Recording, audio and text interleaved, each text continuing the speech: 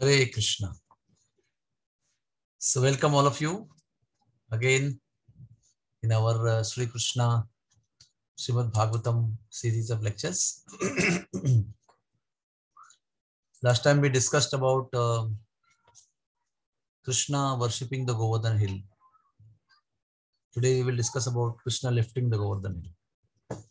So all of you know that after worshipping Govardhan, the most happiest festival in the whole Braj Bandal Leela, all of them, Brajvasis, were very happy and they went home very jubilantly. Everybody was happy, as you know, except one person, that was Indra. And he thinking that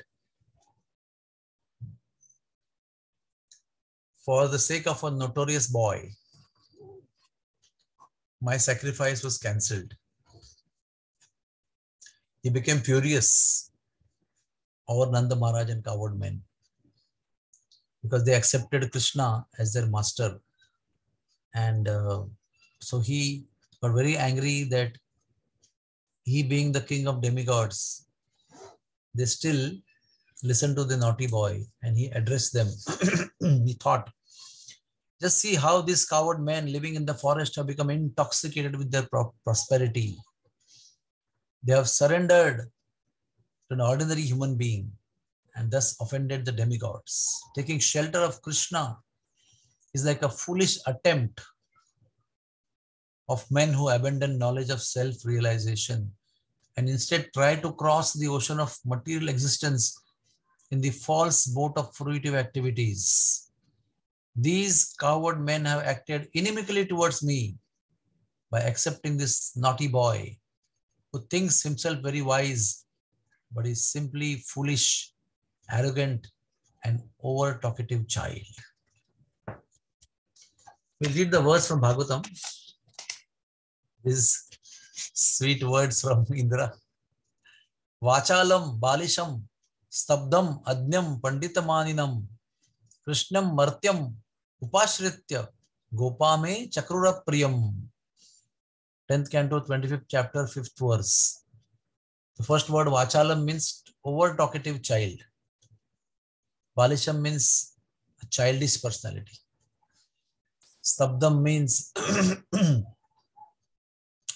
arrogant in one sense. Stabdam is another word is to be silent, but one word of meaning of stabdam is being arrogant. Adnyam means unintelligent or ill-knowledged or foolish person. And Pandita Maninam means who is too proud, thinking himself to be very wise and knowledgeable. And Martyam means ordinary mortal. Upashritya, these people who are older and are also supposed to be intelligent, leaders of coward community, they have taken shelter of such a person. Now, Vishwanath Chakravarti Thakur very beautifully explains, actually Indra did not blaspheme Krishna, he actually glorified Krishna. Now, this is the sign of a devotee who takes out good from bad also. So, he said, Vachalam, over-talkative child. So, one who is explained that Vachalam, over-talkative child. So, Adnyam, Stabdam, these words are used. So, Balisham, Vishwanath Chakravarti Thakur says, Balisham means one who is innocent, one who doesn't have any ulterior motivation, is very frank, free from any pretense, no duplicity. And Stabdam means arrogant, but it also means Krishna who bows down to no one because he is a Supreme Lord. Adnyam means foolish, but also it means that there is nothing more for Krishna to know. That means Krishna knows everything. Adnya, he doesn't require anything else to know. And then Pandita Maninam, thinking himself to be very learned, that means very proud. But it can also be interpreted as Krishna is honored by all knowers of all truth. Pandita Manina means all the Panditas accept him as a Supreme Personality of Godhead. And one word meaning of Pandit Maninam means one who considers himself as Pandit. But the positive meaning of the word is all the Panditas, Maninam, they accept him as Pandita. Krishnam Martyam, that means Krishna is an ordinary human being. But it can be also understood that although Krishna is Supreme Lord, he nevertheless appears in this world as a human being out of affection for his devotees. So he appears to be Martya while he is eternal out of his personal love for his devotees and his Brajbasis. He appears to be Martya, although he is Amartya or he is eternal living being. So this is the interpretation of Vishwanath Chakravarti Thakur. And also mentioned by Sridhar Swami, the same way. So we should understand that there are many other interpretations, like when you will read the chapter of killing of Shishupal. That time Shishupal, here only 4 words are used. Shishupal used hundreds of words. All the words were abusive to Krishna. But Sridhar Swami and Vishwanath Chakravarti Thakur interpret every single bad word into a good word with good meaning. And they said that Shishupal actually glorified Krishna. So that's why we need to always hear and read the Srimad Bhagavatam and scriptures like this from the commentaries of pure devotees like Sridhar Swami or Vishwanath Chakravarti Thakur and many other great souls. When they interpret, that is the interpretation from the platform of truth. So with this negative purport that Indra has taken from the activity of Krishna, he told the clouds, the people of Vrindavan have gone mad with pride and prosperity. And they have further become mad because they have taken shelter of this foolish talkative boy, Krishna. Go now and cut down the false pride of all the Brijvasis, all these so-called puffed up coward men, and destroy their animals, destroy their village. Come, go and destroy everything. So the Samvartaka clouds, they were quite surprised. They told, my dear Lord, this is not the time of devastation. Time of devastation is yet to come. And our duty is at only that time when there is devastation or pralaya. So he said, just follow my order. Don't talk anything. And if you are feeling a little fearful, I am coming with the wind gods, Marutas. I am coming with my thunderbolt behind you. Just go and start your duty. I will be accompanied by the powerful wind gods who will decimate the village of Nanda Maharaj. So Prabhupada here explains, and even his disciples explain, that when one gets too much of power, and apparently that power is not utilized in service to the Lord.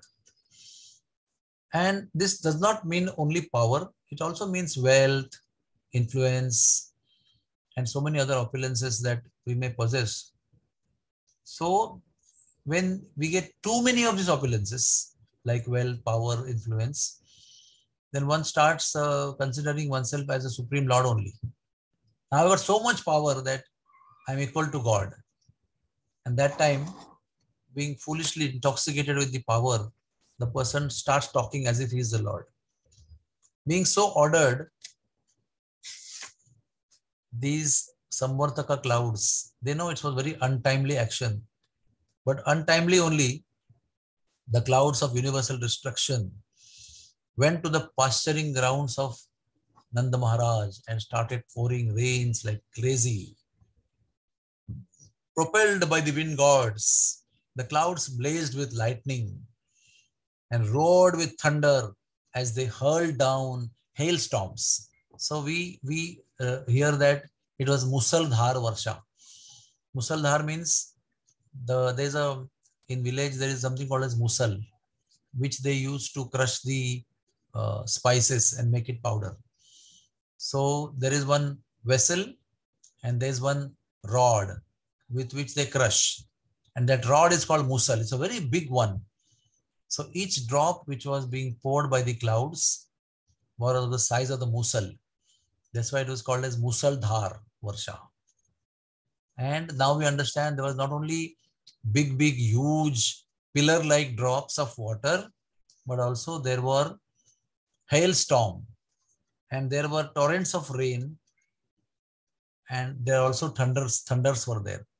It was all dark, very, very freezing cold, and the earth soon became flooded with so much of water, and they could no longer be distinguished between the high and low. The cows, they bowed down their head, and the calves were under the four legs of the cow, trying to protect the baby cows. So at that time, we can see here, there's a shloka which mentions how the coward men were so surrendered to Krishna. We all can imagine ourselves in that situation, that the rain is falling now, and everybody knows Indra is the king of the rains. And this kind of rains are not supposed to be giving nourishment to the crops in the field. This is the rain of devastation that everybody could understand. And if I was there in that position of Brijbasi, then I would say it is all because of Krishna. It is all because we listen to these talks of Krishna, which were actually foolish, which were not bona fide, and we succumbed to his talks. We could not use our intelligence and discrimination, and we listened to this boy, and that's why all the devastation is now taking place. So nobody will think of taking shelter of the same boy. Nobody will say, okay, let's go to that boy only who foolishly put us into this worst situation. But if we see what they say here, Krishna Krishna Mahabhaga Tvannatham Gokule Prabho Tratum Arhasi Devannaha Kupitad Bhakti Vatsalaha. Oh Krishna, oh most fortunate one, please deliver us our cows from the wrath of Indra. You are so affectionate to your devotees. Please save us also. Tratum Arhasi Devannaha. So then, seeing the inhabitants of Vrindavan were already practically rendered unconscious by the wrath of Indra. They understood that this onslaught of hail and blasting winds are not going to last us long, and we are going to die very soon. Krishna saw their condition, and he understood that this is the work of angry Indra. Although one may doubt Indra, how could Indra conflict? How could Indra inflict such a dangerous situation on the dear devotees of Krishna himself? The Acharyas explain that by such calamities which were always coming one after another in Vrindavan, Krishna wanted to deepen their bonds with his devotees. Krishna wanted his devotees to deepen their bonds with him of love. Krishna wanted them to intensify their love for him. That's why in Vrindavan, you see so many calamities are coming one after another. So one may ask question, why, what Krishna was doing that time? Krishna would have prevented all these things. Krishna is Supreme Personality of Godhead. He could have not allowed these things to happen only if he was really Supreme Lord. But the whole purpose of the Lord to come down in the material world is to show love toward his devotees, experience that love from his devotees, and intensify that love through variety of situations and get deeply close to his beloveds. So Krishna said, okay, fine. Because we stopped this sacrifice, Indra has caused this terrible storm. By my mystic power, I will counteract this disturbance. Demigods like Indra become proud of their opulence and foolishly consider themselves as Supreme Personality of Godhead. I shall now destroy this ignorance. See, what happens is when you get too much of opulence, avidya prevails on the intelligence of these men. As soon as too much power overwhelms, what happens is the real knowledge of the Supreme Lord vanishes and avidya dominates the person's consciousness. So I will destroy this ignorance caused by excessive power given by me to Indra. I must protect my coward community because I am their only shelter. Krishna knew that these coward men did not have any other shelter any time in their life. Sukhe dukhe bhule na ko, vadano harinamu karore. In happiness and distress, they were always with Krishna. They had no one else but Krishna as their shelter. Indeed, Krishna says, they are my family members. And I have taken vow to protect my family members. Such an honor to Brijvasis. Krishna considering this is Krishna's Swagata. Krishna is talking to himself. That these dear devotees of Vrindavan, they are my family members.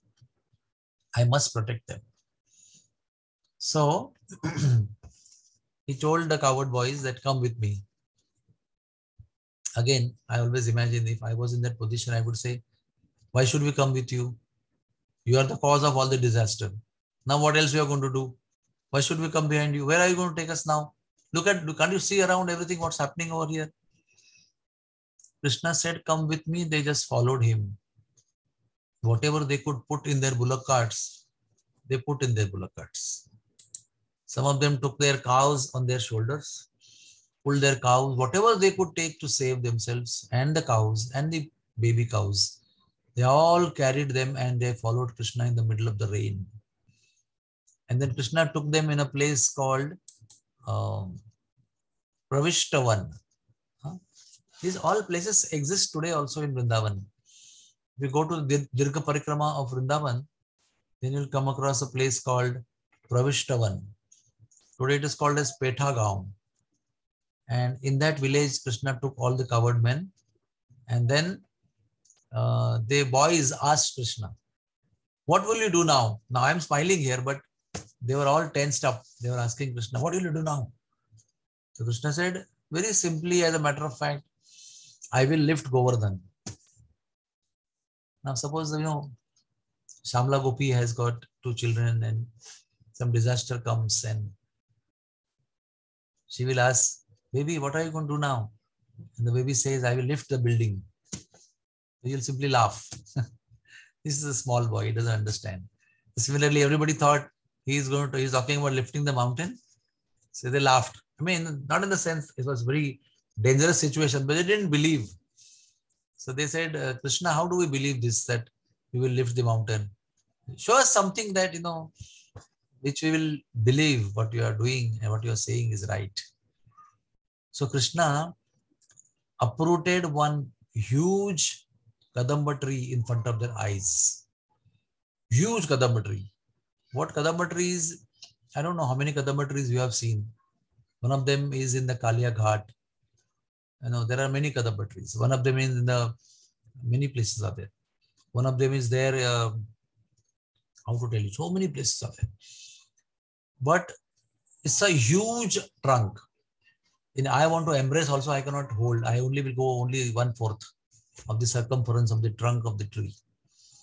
And that time, I'm sure in Dwapar Yuga, end of Dwapar Yuga, there were much, much more bigger trees. He lifted one of them and twisted them the way we twist our wet cloth to take out the water. So Hindi में say that उन्होंने पेड़ को उखाड़ा और उसको ऐंठ दिया. He twisted it in front of their eyes of the Brijvasis. And looking at that, all the Brijvasi boys and men, they were so surprised and they somehow said, yes, now we believe that what you're saying is right, what you're going to do. And after doing that, Krishna entered Pravishta Gufa. There is something called as Pravishta Gufa where Krishna did Pravesh. That's why it's called Pravishta Gufa. Actually, Krishna went under the ground in that cave. When we went to Vrindavan about 35 years back, we have entered that cave also. That cave was still there. But because of many people tried to enter the cave and they used to get lost in the cave and never used to come back. So the government has now closed the face of the cave and no more cave is seen. But it is exactly on the left side of the Chaturbhuj Narayan Mandir where the deity is.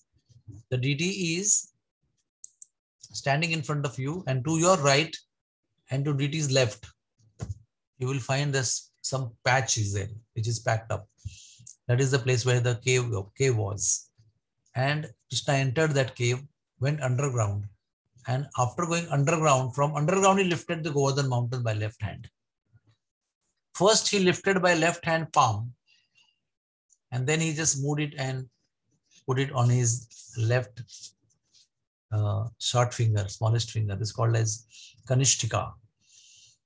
Now it's a very significant thing why Krishna lifted Govardhan mountain with left hand, left Kanishtika. Why not right hand or Tarjani or Madhyama or Anamika?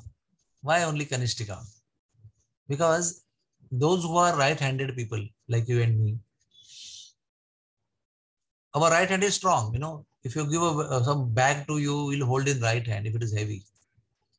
You'll not hold in left hand because your left hand is weaker than your right hand. Although you are strong, both hands. But by the power of the brain, your right hand is stronger than left hand. And those who are right-handed people, for them left hand is weaker, but the left Kanishtika finger, the small finger, is the weakest part of the whole body. So Krishna wanted to show Indra that your biggest power is Samvartaka clouds. Your biggest power is Vajra. So I will defeat your biggest of biggest power simply by the weakest of weakest part of my body. So that's why Krishna lifted the mountain by left hand Kanishtika finger. And that too, actually, he didn't have to lift it. He had many siddhis. He's the Siddheshwara, from where the siddhis come. So Anima, Lagima, Mahima, Prapti, all the Ashta siddhis are, lying at the feet of the Lord. So there's no need to lift also. You can just make it float. You can make it weightless. You can make it just float above his small finger and appear to be lifting it. He is lifting, he is not only lifting, he is floating so many planets who have so many mountains on them in the sky. And we never see that Earth fell down on Moon and Moon fell down on Jupiter. And there was a space accident. Everything is crumpled down, no food, no rains coming. We never hear this story.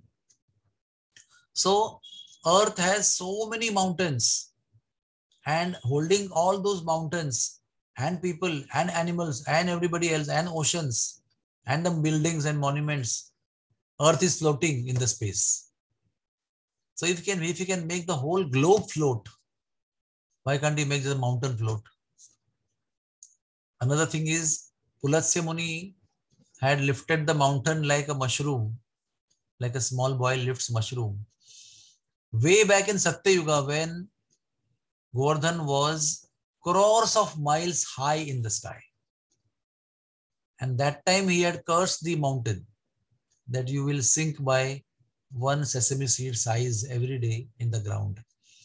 So 17,28,000 years of Satya Yuga, 12,96,000 years of Treta Yuga, and 8,64,000 years of Dwapar Yuga minus 125. So many years have passed. Something like 50 lakh years have passed almost.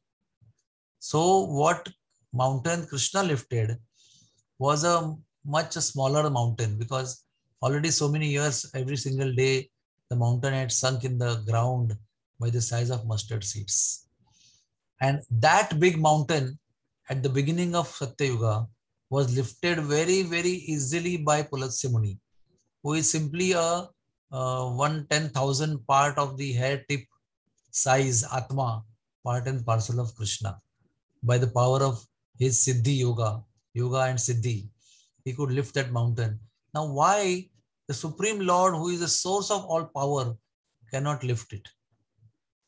So even by logic, even by knowledge, even by empiric knowledge, every single knowledge, we can understand that there is no need for Krishna to, do any effort or sweat or, do panting, bring breathless to lift. We never read in his description that when Krishna lifted, he was crying, "Mama, my hand is paining, please hold. I just can't hold anymore. I'm going to fall down." In fact, he lifted the mountain and everybody was out of the mountain. So what he said? He said, "My dear coward men, please hear my words. My dear coward men, please come inside. Don't worry, I guarantee you that the mountain is not going to fall off by my hands. You just be fearless and come in. I guarantee you it will not fall from my hand." Because, because uh, he knew that the coward men will doubt that a small boy is trying to lift the mountain. So if you wish, you may come under this hill with your cows. And do not fear that the hill will fall from my hand. And don't be afraid of the rain, for your deliverance has been already arranged by me. So their minds were pacified by this. Huh? And one more thing is very noticeable here. The mountain did not only shelter men and women and children and ladies and girls and boys. It also sheltered all the animals, with not only cows and bulls, but buffaloes and rabbits and deers and every single animal who inhabited Braj Bhumi. They were all in fear and all in dangerous situation. So they all were sheltered under Govardhan Hill. And one more thing we must note, that Govardhan actually expanded to cover everybody. That Govardhan yielded or achieved the power to expand because of Krishna's divine touch of the little finger. The tip of the little finger was touching the bottom of Govardhan, and that was giving tremendous strength to Govardhan. And Govardhan actually expanded to include the millions upon millions upon millions of living entities, coward boys, cows, everybody under Govardhan. And now, just a few minutes ago, they were in terrible misery. It was explained that there was such a cold, shocking, freezing weather that they were all trembling with shivering with the cold. And there were hailstorms falling. Can you imagine? I don't know whether you have seen hailstorms. Big ice cubes. Huh? Sometimes they're like season ball size. They fall from the sky, and people have died because they fall on the head, and they get head injury and they die on the spot. So many cars, they get smashed in their glasses. I have seen these hailstorms, and do not ever dare to come out when hailstorm is going on. One of them may fall on a head and we also may die on the spot. And they're not falling from one floor height. They're falling from the skies, maybe many kilometers in the skies. Such hailstorms were coming. So much of winds were blowing. To the terrible situation, death could have come any moment. And life was so much in danger. And in 1 minute time, they were completely relieved by Krishna from all their anxiety, all their pain, all their sufferings. They even forgot what they suffered a few minutes ago. And they were blissful. Now you can see the misery is right there around. But you are away from the misery, and not only away from misery, but fully blissful. That is what happens when one takes shelter of Krishna. The misery in your life will remain where it is, but you will be with Krishna, away from the miseries, unaffected by the miseries, not influenced by the association of the misery, which is just around you. Huh? So that we have to understand, that company of Krishna, taking shelter of Krishna, is so powerful that number one, Kleshagni, all the kleshas, they are mitigated. And then Shubhada, the association of Krishna is all auspicious. And then Sandrananda Visheshatma, one becomes blissful, naturally blissful from within. Although there are miseries around and is surrounded by the miseries. And Moksha Laguta Krita, when we are with Krishna, the coward boys don't even consider any other thing greater than being with Krishna, even moksha. The moksha is rendered to be insignificant by the association of Sri Krishna. So then they forgot their hunger and thirst. All of their personal considerations of pleasure and displeasure, they forgot. Sri Krishna also forgot his pleasure and displeasure. Sri Krishna also forgot his hunger and thirst. Everybody was so jubilant. And it is the first time in the history of Krishna Leela that devotees of different rasas, different mellows have come together in one place, in one pastime. Otherwise, all the different groups like gopis, like parental situation of Mother Yashoda, Nanda Maharaj, Abhinanda, Upananda, or the coward boys, friends of Krishna, they all are playing and performing pastimes with Krishna in different places, at different times, performing different pastimes. But Govardhan Lila, why it is more special? Because Govardhan Lila brought all the variety of kinds of devotees of different mellows together under one roof of Govardhan mountain. And Sri Krishna is now smilingly looking at everybody, and Mother Yashoda is so anxious. Mother Yashoda is so anxious that she is feeling that, oh my dear Krishna, whole since morning he has not eaten any butter. Plus he has lifted the mountain. His hand must be paining. So Krishna, my dear Krishna, for time being, why don't you change your hand and eat with right hand? So your right hand will get break for some time. I mean, left hand will get some break for some time. You can hold the mountain on right hand and I will feed you some butter. And in the meantime, when you are feeding the butter, my Sakhis will massage your left hand. So you can again change your hand and hold it in left hand and then they'll massage your right hand. So this is what the talks are going on between the older gopis. They felt that Kachu Makhan ko bal badhyo. They are saying that how Krishna lifted the mountain. Kachu Makhan ko bal badhyo, Kachi Gopin ko sahay. So mothers are saying that we had done such hard efforts to yield this butter. So much of mehnat we have done. So now all that hard work has got his fruit. Because of that, Krishna could lift the mountain. See, it's all our efforts of making the butter, and our butter is so special. And they are discussing among themselves, patting themselves, praising themselves, being very happy with their efforts. And the coward boys are listening. And the coward boys are saying, they are laughing actually. They said, these mothers, they are so innocent and they are filled with maternal love and paternal love. They don't understand what is the real strength behind Krishna's lifting the mountain. Actually, coward boys are discussing within themselves that actually we were wrestling with Krishna every day. And Sridhama says, I was the one who used to defeat him every day. And by getting defeated from me every day, he got so much of strength. Every time I would defeat him, he would get more strength. And today, all that training that we have given him has come to our rescue. See, it is so wonderful that we trained him in wrestling and increased his strength every single day. And while these coward boys are patting themselves and happy among each other, praising themselves about their great work, which has caused Krishna to lift the mountain, the gopis are laughing at them. And the gopis are saying these coward boys are fools. They don't understand. This mother, Yashoda Mai, also doesn't understand. The real reason why Krishna is able to lift the mountain and keep on holding it constantly for such a long time is because they don't know where he is looking. They said, see where he is looking. And everyone saw where he was looking. He was looking towards Radharani by sidelong glances. And then they saw Radharani.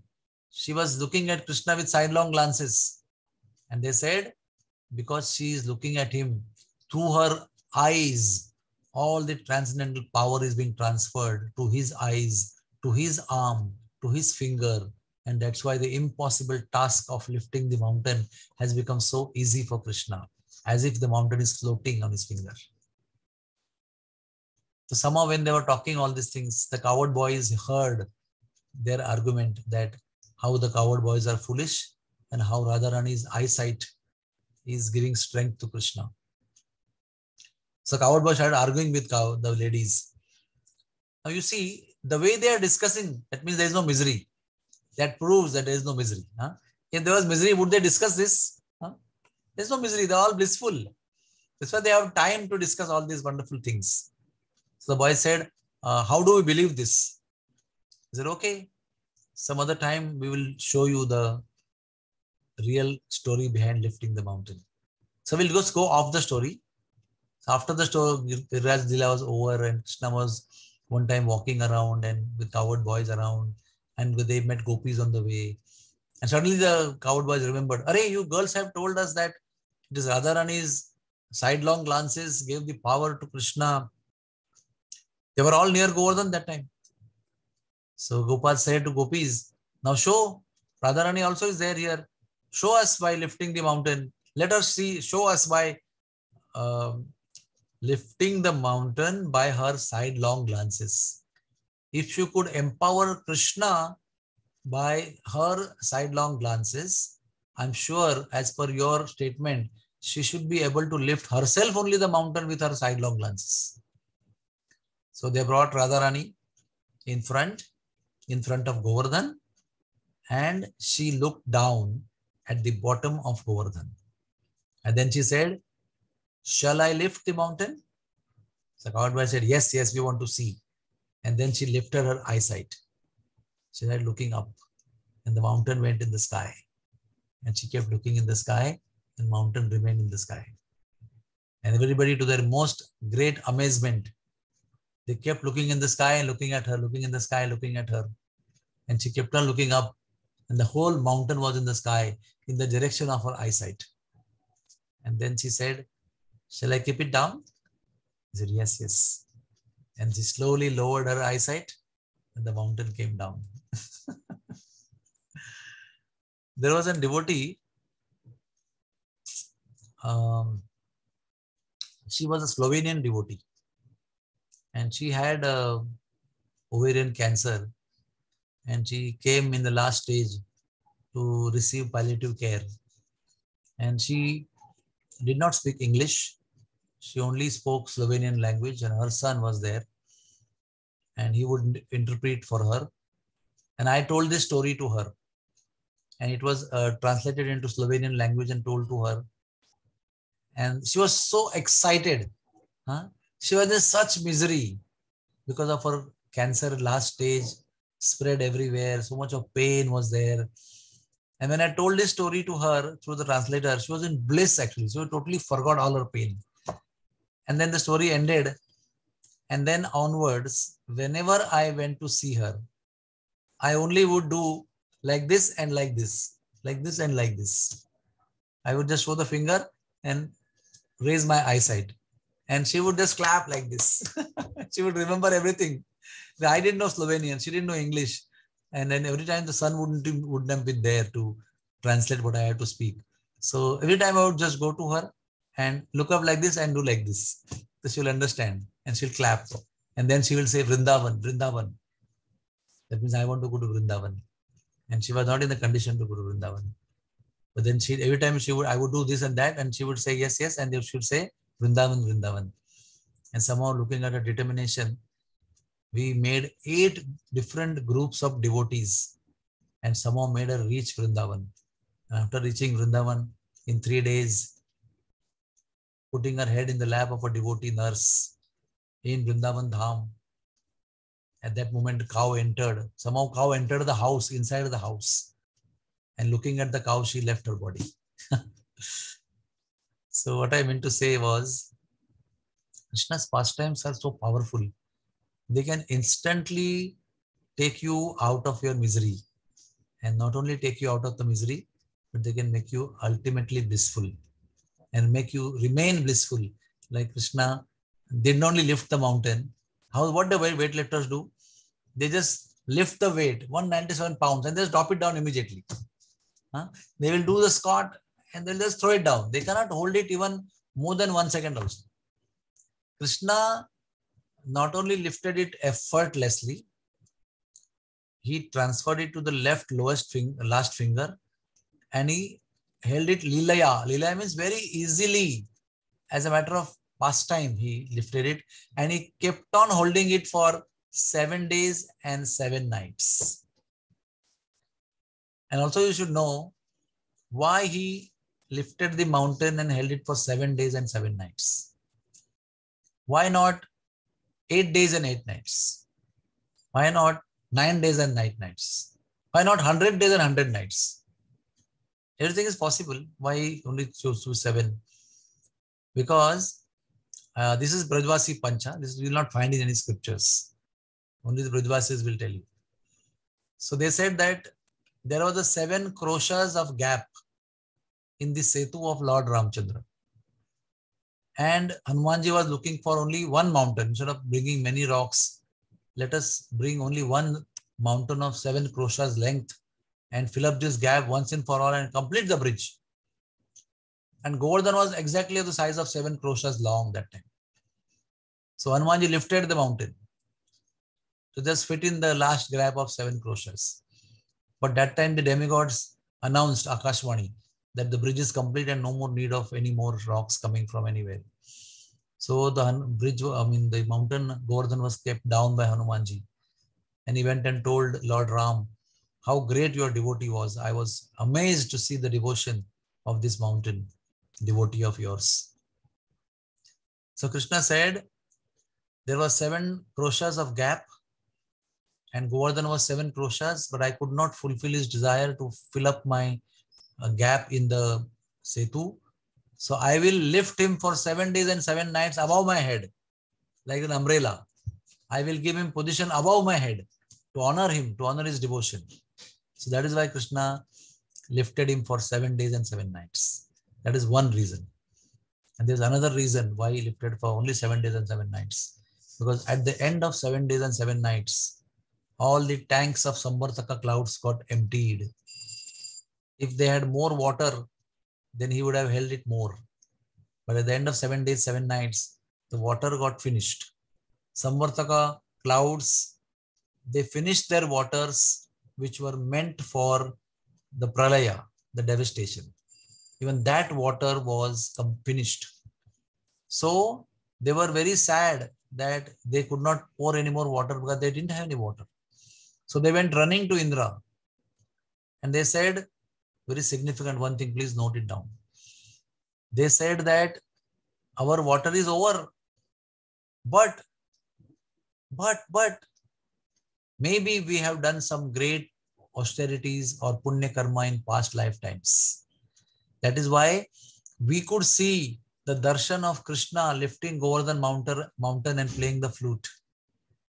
That is the bliss that we received or perceived or experienced while pouring the rains. We received the darshan of the Lord. It must be the result of some good activity that we have done in the past. Anyway, we'll go a little behind now, before 7 days. So in between, the coward boys thought that, oh, Krishna must be tired. So let us all support him because anyway he's a small boy. How long could he hold? So let us support by the sticks. So they all were putting their sticks like this. And then Krishna tilted the mountain purposefully. It almost fell down from his hand. Then all of them came to know that actually we are not supporting, Krishna only is holding. And at that time it is explained, there is a long story, I can't tell now. But why he tilted the mountain? Because that time Krishna wanted to feed water to Agastya Muni. Agastya Muni was one time eating food and Krishna got up and went away. So Agastya Muni said, Hare Krishna, how are you getting up? I have not even started. I have not even taken water in between. There's something called as a water break. When you eat, to settle the food down in the stomach, we drink some water and settle it down. And then they eat second half of the food. Something called a water break. So he said, I didn't even take water break. So Krishna said, don't worry. I'll give you a nice water break. So Krishna tilted the mountain and Agastya Muni drank all the water which was flowing down the mountain. And inside here, the coward boys came to a realization that, oh, it is not us who is supporting, this Krishna is only lifting. So he also curbed their pride. So in 7 days, 7 different lessons Krishna gave. The faith that demigods will save us was destroyed. The faith that elders will save us were destroyed. The faith that some other rishis will save us, that was destroyed. The faith that our strength will save us, that is destroyed. So in 7 days, Krishna destroyed all their so-called faiths. And he made them realize that there is only one shelter. So all the other shelters were one by one destroyed by Krishna, and he brought to the level of their understanding that the only shelter that you have is me. He brought them to the realization, not theoretically, the realization that you are only sheltered by me. So the coward boys and the Brijvasis, they came to complete shelter in consciousness. They of course have taken shelter, but they could realize that, because at the end of the first days, they prayed to demigods and no demigods could save them. At the end of the second day, they prayed to the ancestors, Pitaras, they could not save them. At the third day, they prayed to the rishis, oh, please save us. They could not save them. Like that, they went on praying to all their so-called shelters, and all their hopes of being protected by the so-called shelters were nullified by Krishna. And then finally, they came to the real understanding that actually speaking, nobody else can save us but Krishna. They were thinking that, oh, he's a small boy, how long he can hold? Oh, demigods, please help us. And nobody could help, and Krishna continued holding it like that. Now, it is also explained here that for 7 days and 7 nights, nobody drank anything, nobody ate anything, nobody slept in between. There was no night break, no food break, no drink break. Huh? There was no Lagushanka break. There was no natural call break. There's nothing. And not a small time, 7 days and 7 nights. Maybe one day you can miss your, sleep, or one day marriage is there, something function is there, you may not sleep. Sometimes people don't sleep for 2 days. Ganpati, Navratri festival, sometimes they don't sleep overnight. But 7 days and 7 nights, then biologically person will die. And it is said they forgot their hunger, thirst and sleep, including Krishna also. So how did they manage that? And they are not only like for example, 7 days Bhagavatam is going on. So at the end of second day, Parikshit was like low, his BP had fallen down, his pulse has gone down. Like the people who sit for uposhan na, अनशन के लिए बैठते ना, दिल्ली के तट पर जाकर बैठते, तो doctors come and examine them, and they know he's dehydrated now, his tongue is dry, his eyelids are dry, his pulse is now slower, his BP is gone down. So he didn't find any of these symptoms in Parikshit Maharaj. Neither these symptoms were found in the coward boys and coward women, nor the cows were in the condition. They were blissful. They were smiling. They were enjoying. I think they had the best of their times of life under the Govardhan mountain. They were simply blissful, and not only blissful, they were increasingly blissful from day 1 to day 2 to day 7. How it was possible without food, drink and sleep? The answer is, Krishna has got 64 qualities, and 60 of the qualities are shared by Vishnu. 55 of those qualities are shared by Lord Shiva, and 50 of the qualities of Krishna are shared by us. They are in minute quantities. 50 qualities are in us, and the 50 qualities are in full with Brahma. 55 are in full with Shiva, and 60 are in full unlimited quantity in Vishnu forms. But the last 4 are very specific. They are called as Venu Madhuri, Prema Madhuri, Lila Madhuri, and Rupa Madhuri. These 4 different things are exclusive for Krishna. No one can match his Lila. No one can match his flute. No one can match his Prema Lila, that is loving pastimes, and no one can match his form. So what came into action in these 7 days was Rupa Madhuri. First of all, Krishna is himself very beautiful even without holding the mountain. His Sribhanga form is very attractive. So anyways, it's so attractive that Rupa Goswami says, if at all you have any material desire, please do not go to the Keshi Ghat, because Shyam Sundar is standing there holding his flute in Tribhanga Sundar form. He will steal away all your material desires. So if you think you have any attachment to the material desires, material life, then please do not dare to go to Keshi Ghat. Now, that is without mountain, only holding the flute and standing in threefold bending form. Here he was standing with threefold bending form and he was lifting the mountain by left hand. And after some time, he took out his flute and started playing his flute. So everybody said, please, please, please, don't play your flute. Please don't play your flute. Because we have seen the mountains getting melted.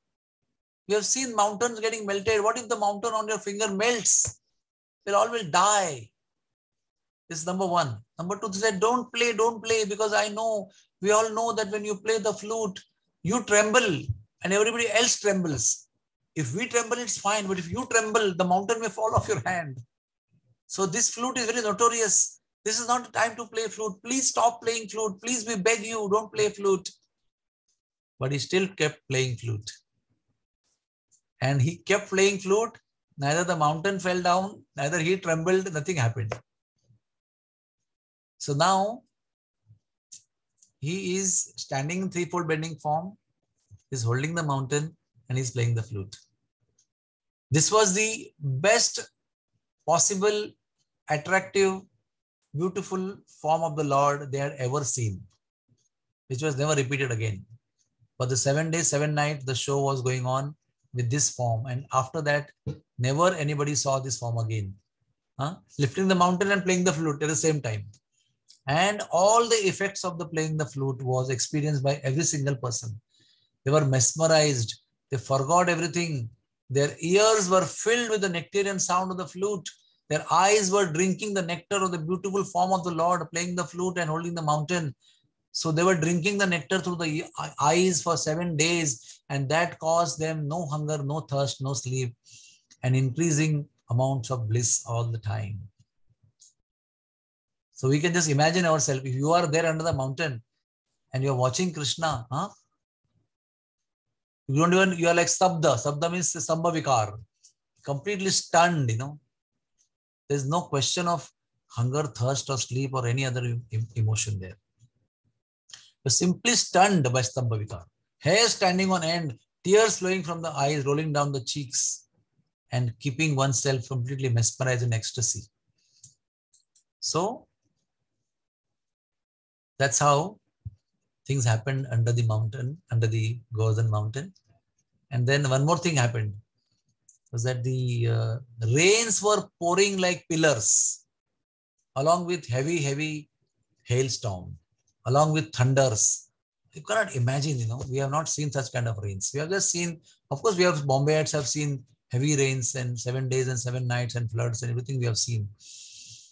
But nothing can compare with that rain, because we haven't seen Pralay. Nobody has seen us, amongst us seen Pralay. Those were Pralay rains. What scriptures tell us that when Pralay rains actually pour, they cover 1,000 kilometers of distance above the earth in the sky with water. So if the earth is like this, there will be 1,000 kilometers of water collection will become a big ball of water of 1,000 kilometer radius. Sorry, 2,000 kilometers of diameter. In between we'll find the earth, and 1,000 kilometers on radius, each side water will be collected, and that will continue for one night of Brahma. And after that, there will be sun, maybe 12 suns will come and dry up the water by vaporization. And then the earth will be dried, and then new Srishti, that means new life will come up again. Krishna will, through Brahma, will give birth to many other species. New species will come, new life will begin. While these rains are pouring, all the life will be finished. Only the earth will remain. All the inhabitation, that means trees, creepers, birds, reptiles, insects, human beings, demigods, everybody will be finished, except the material of earth will remain. Those rains were pouring, please imagine, please understand. Those kinds of rains, which is called mini pralaya, which is sometimes the pralaya happens with water, that is rain, sometimes happens with vayu, sometimes this happens with agni also, turn by turn. This is called a jala pralaya. And this goes on for 432 crores of years. which is supposed to be one night of Brahma and equal to 1 day of Brahma also. So 1 daytime and 1 night time. So whole night time, 432 crores of years, the rains keep falling. How much water must be there in Samvartaka clouds? But in this particular scenario, all the waters were over in 7 days and 7 nights. And when they were pouring, you can imagine how much speed must be there. Huh? What would continue for 432 crores of years, they finished in 7 days. So what must be the force of water? Can you imagine? And that all the water was pouring on the top of Govardhan mountain and on no one else. So Govardhan mountain was bearing all the brunt of all the attack, of all the thunders, all the hailstorms, all the Musaldhar Varsha over his body. And still Govardhan mountain was blissful. Never we read a description that Govardhan mountain was the only person who was most miserable of all, suffering to the tyranny and wrath of Indra, and under him everybody was blissful. No. He was, in fact, it was explained that he was feeling gudgudi. Gudgudi means titillation. He was so happy. Huh? All the raindrops, which were like pillars, were serving him to scratch his back. So from where the energy was coming, from the tip of the last finger of Krishna's left hand, all the divine energy was flowing in the body of Govardhan. And in the middle of the devastating misery of water that he was undergoing, he did not feel any single iota of pain. In fact, so much water was poured, but not even one small budding fresh leaf or a small weakling creeper of Govardhan mountain was detached from the creeper vine. Not even one leaf could fall down. Not even one flower, not even one fruit fell down from any tree on Govardhan. Not even slightest damage took place throughout all this pastime. Everything was as it is. You imagine Bombay when it rains for 7 days. So many trees have to fall down on the cars, on people, and gutters have to be destroyed. And so many things happen. There are something called as remnants, remaining effects, which we have to clear up through the municipality. But there was nothing, not a single iota of damage. One important thing we should note, when we are walking through Bombay rains, what is there? Water goes on increasing from ankle deep to knee deep to the waist deep, sometimes to chest deep also. And still you are holding umbrella on your head to protect your head. And the umbrella also pours so much of rain that your head also is wet, even though you are still in illusion holding the umbrella to save yourself from the rain. And the water is growing from below, slowly rising from knees to ankles to waist to chest. But do you read anytime in Govardhan Lila that Krishna lifted Govardhan mountain as an umbrella and the water was rising from their ankles to knees to waist to chest?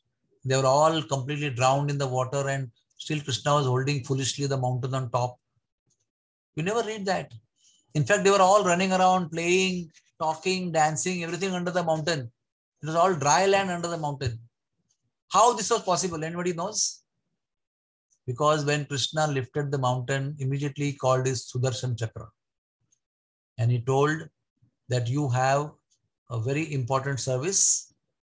You have to revolve around the mountain so fast that all these pillar-like drops of rain poured by Indra's Samvartaka clouds should be evaporated at once. And not a single drop of water, maybe it is like a pillar, should fall on the ground of Braj Bhumi. It will not fall on the ground. It may fall on Govardhan, but it will not fall on the ground. In fact, the whole of 84 kroshas of Braj Bhumi was covered by the mountain by expansion to accommodate every single person. So it may be in the area of Govardhan, Krishna was standing right in the middle of Braj Bhumi, but the umbrella was expanding towards all the 4 directions of Braj Bhumi's existence. And Sudarshan Chakra was revolving continuously with all his might, all his power, all his heat for 7 days and 7 nights. He did not allow a single drop of water to fall down on the ground. He evaporated every single water drop and it was in the sky. That is why there was no water collection from the feet of Brijvasis under the mountain of Govardhan. So we should understand that there are so many divya, transcendental aspects of this pastime that Krishna exhibited. And finally, when the water stopped, Indra, actually the mountains went and they told, my dear Lord, our water is over, but we have done some good pious activities. That is why we could see Krishna lifting Govardhan and playing flute. We are so fortunate. They were actually in ecstasy from within. Although they had emptied their water, but they were feeling bliss from within. And Indra was like upset. He said, you fools, I am coming now. So he went on Indra Airavata and he threw his thunderbolt on Govardhan and thunderbolt became useless. It did not do any harm to Govardhan. Although Govardhan had to bear the brunt of thunderbolt, the invincible weapon of Indra, which no living entity or in the 14 planets could defeat.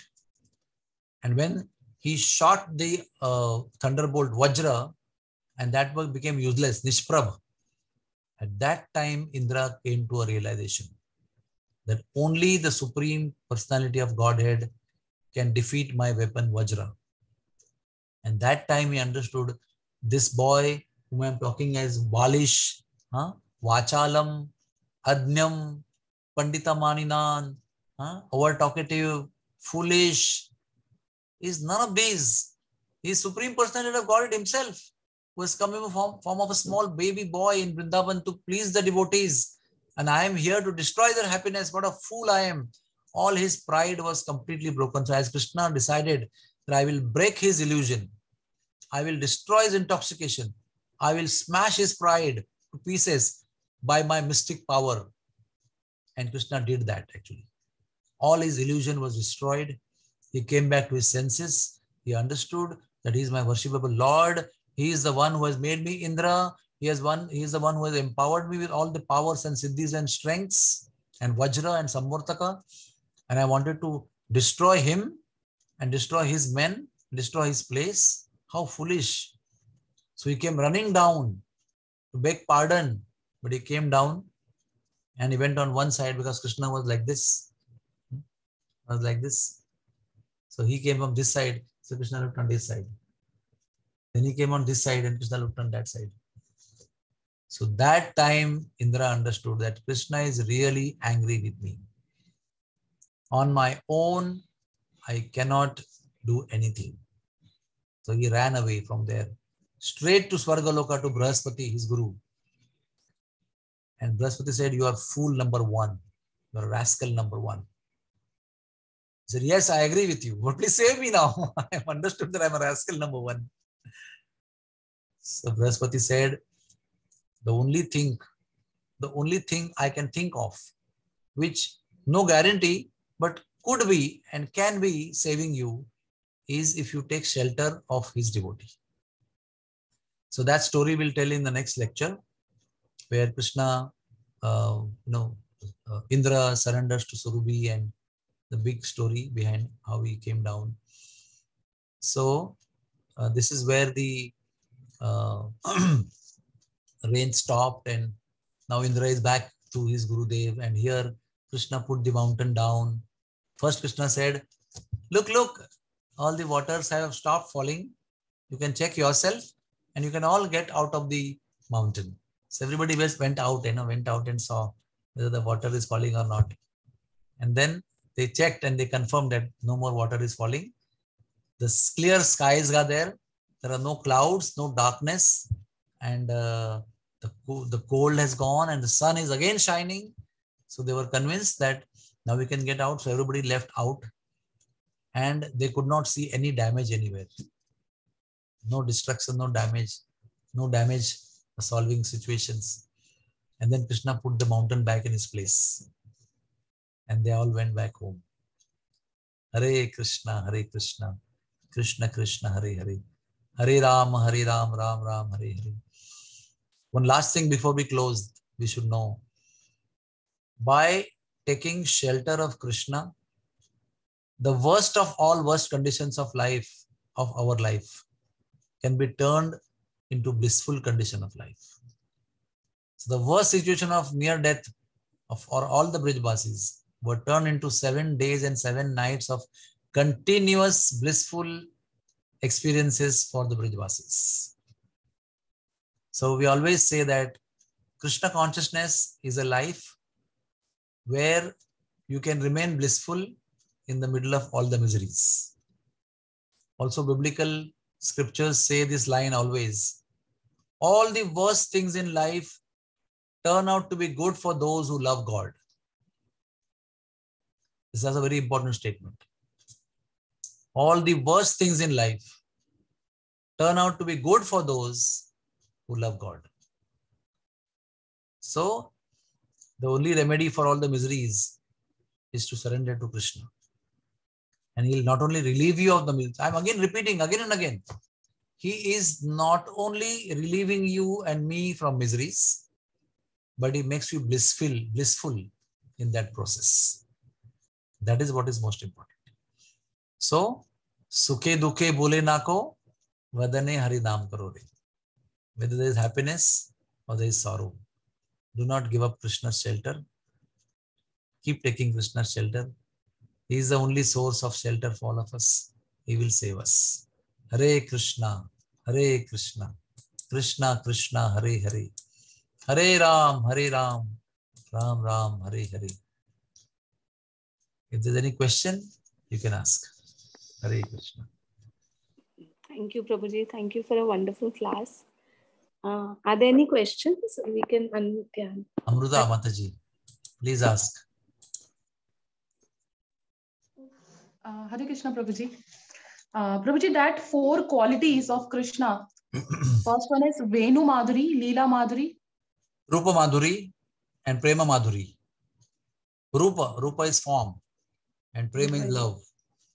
His love for his devotees is exclusive, extraordinary. Nobody can match that. His pastimes are also extraordinary. His leelas are also extraordinary. And his form also is extraordinary. Okay. And Prabhuji, one more thing, that Sudarshan Chakra, can you say again what the Sudarshan Chakra was doing when revolving around the mountain? He was asked to revolve, and while revolving, he was supposed to not allow any drop to fall down on the ground and evaporate it up, send it back up in the sky from where it came. So one thing I forgot to mention to you, when the mountain was kept down, the Sudarshan Chakra came to offer his respects to Krishna, and he said, Krishna was very happy with him. So he said, I want to give you benediction, please ask. So Krishna said, Chakra said that, please give me place here only where I served you. I want to take shelter here only. So Krishna gave him eternal residence at the outskirts of Govardhan. कहते ना वो गोवर्धन की तलैटी में उन्होंने उनको निवास दिया. And that place is called Chakra Tirtha. It is near Manasi Ganga, opposite side. And no other people stay in Vrindavan from demigods. Nobody stays. Only Lord Shiva stays, Parvati stays, Hanuman stays, Ganpati stays. And at Chakra Tirtha, Sudarshan Chakra is allowed to stay for his most wonderful service that he has done during the Govardhan Leela pastime. Hare Krishna. Anybody else? Any question? I think everybody is satisfied, Prabhuji. Hari Bol. So we end here. Thank you very much. Hare Krishna.